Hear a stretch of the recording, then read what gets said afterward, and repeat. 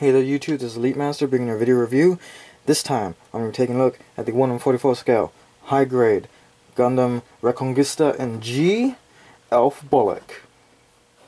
And this is the Elf Bullock as was seen in Gundam Reconquista and G, which I have not been watching. So I'm afraid I can't tell you much about this anime, or this mobile suit. I can tell you a lot about the kit. So let's get into it. This is it in its flyer mode. It's I guess you could say it's a mobile armor mode, and I have it on a Tamashii stage right now. But it does come with a actual base. It's this huge base that came with the Master Grade Wing Gundam. And you're supposed to use it in this mode with this piece that attaches to the bottom here. Right here, it'll attach to the bottom, and like it'll line up those boosters. But it does just have a hole, so if you have another action base, you can stick it in there, and there we go. And this is it. It's actually a nice looking jet mode, I think. It's not that bad, and I like it. It's got these huge boosters on it. Those are optional, by the way. If you don't like them, you can take the boosters off, which we're going to do, because the boosters are okay. Although I kind of like the way it looks without it. Now then, enough about that. Let's take it off the stand and talk about the kit. Now then, this is of course a transformable mobile suit from the series, so let's transform it. It is a bit of a parts former. I'm going to take this part off, take off the legs, put that off to the side, and bring in this piece, which is this, but like folded up and moved downward, as you can see. I'm going to bring that in, put the legs in. They're just connected through ball joints, which is a bit disappointing in the articulation part, but we'll get to it later. And then I'm going to fold out the heel, and we do have these little pieces that just peg in there like that. I'm not sure what they are, but they tell you to do it, although technically they're not needed. You don't need these things at all. And even though it doesn't have the top of body left yet, this thing does something I never thought it would. It stands. Now let's get the rest of the body, shall we? Just move these parts down, extend the arms out, and straighten them. We can then attach the body, and I will push the head up. You saw that. And we take the crest off, and we replace it with a new crest that's flipped up.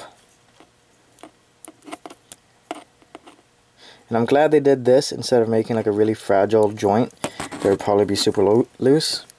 And then this is cool. You pull this part up, and it unlocks the nose cone, and then it'll flip down. And there we have the Elf Bullock in its mobile suit form, and it is quite a tall bastard. And as you can see, it is standing all on its own, regardless of the way its feet are shaped. And before we move on, let's do a little bit of a size comparison, because he is quite tall. Here he is next to the build burning, and yeah, he's a bit taller than that. So he's a nice size. Now then, you can put his backpack on him. You just fold this around like that, flip this up, but then he loses that ability to stand, because that's a lot of weight jutting off of his back, so then he goes like that. So let's take that off, because I like that they included it. I'm not a huge fan of it. Now then, let's go over his stickers, shall we? Because he's got a bit. He's got the face sticker, which is green with black and some orange dots on it. He's got black stickers that go around the tops of these little spires here. And he's got these brown and black stickers on the shoulders, on the arms, and on both sides. And those are supposed to be, it's like beam Vulcans or something. And then it has green stickers that go on each side of the foot here. and some black on the inside of the thigh parts right there. So got a few stickers, but none of them are super important. None of them are like super bad. Now then, for his articulation, it's where it starts to get a little weird, because its neck joint can go forward and back like that, it can move up and down, and it can rotate side to side. And it's kind of cool because it's the standard neck polycap, but it's got two pieces of plastic that like sandwich on the side of it, and the bottom of the ball joint's not actually being used. The two parts like a sandwich are actually being used as a hinge, as a pivot point for it to move back and forth, which is kind of cool. Although that the way that it's designed, its actual head and collar, it can't really look up. Now its arms are on a joint inside that can go up, right there, and down. And they're on ball joints that can rotate and wiggle. These shoulder things can rotate around so you can use the beam cannons. And he's got a really nice single jointed elbow that can go all the way up because of the transformation. His hands are on ball joints that can rotate and wiggle, and they are hollow, so that's a bit of a contention. He has no waist articulation, no torso movement whatsoever. There's a ball joint that connects right there into the hip, but it is completely useless. They could have at least put a swivel in there somewhere. I think a swivel would have been great.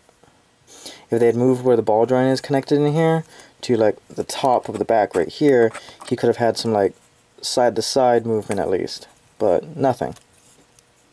Disappointing, Bandai. Disappointing. And then another disappointment is its legs are on ball joints, so they can't get out all that far. And they can go forward real good, backward real good. And they have a 90-degree bend at their knee.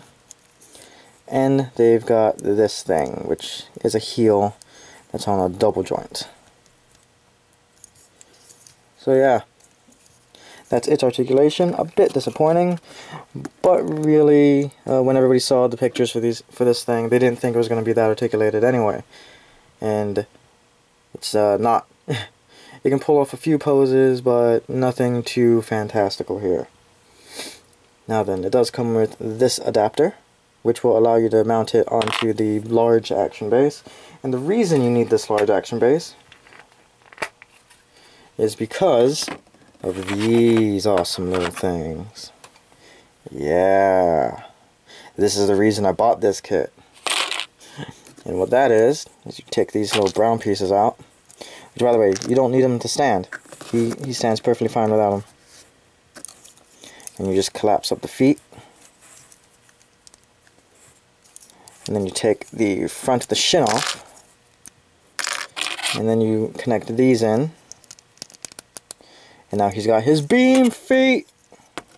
Yeah! Beam feet! Look at that! Those are super long too. Like, the blade itself is as long as the kit is tall. It's awesome. And you just put them both in there. And then, that's when this piece comes in handy. Just peg it in. Come in here with the action base. And it'll slot in there. And here is the out of frame shot of the Elf Bullock with its beam feet on. And there's this awesome picture in the manual of the Elf Bullock and a bunch of, I guess, mass-produced units of the same, doing this sick, like, beam feet thing. I've never seen anything so ridiculous and threatening at the same time. It's awesome. I love this. This is entirely the reason why I picked up this kit, is so that it can do this beam feet thing. Which is just sick, and like, the way the feet are shaped is really cool too. Like, they're huge beams. They're very thin, but also very cool. And its whole body really is designed to make this look awesome. Like, its lanky body turned into like a water strider looking thing. Only instead of striding on water, it strides on your corpse. But yeah, that is the Elf Bullock. And now that it's on an action base, you can put its backpack back on. I'll just slot in back here and make it a bit bulkier, but that doesn't do much for me.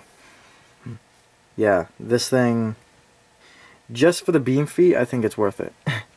But its transformation is a little simplistic. It's very parts formery. It can stand on its own, but you can't do that if you have the backpack on it. Its articulation, at least from the torso up, is okay. Although I really wish I had a bicep joint, because in the picture here it's crossing its arms and it looks super cool, but it can't do that because the bicep is 0. The hips, I wish, could go out straight.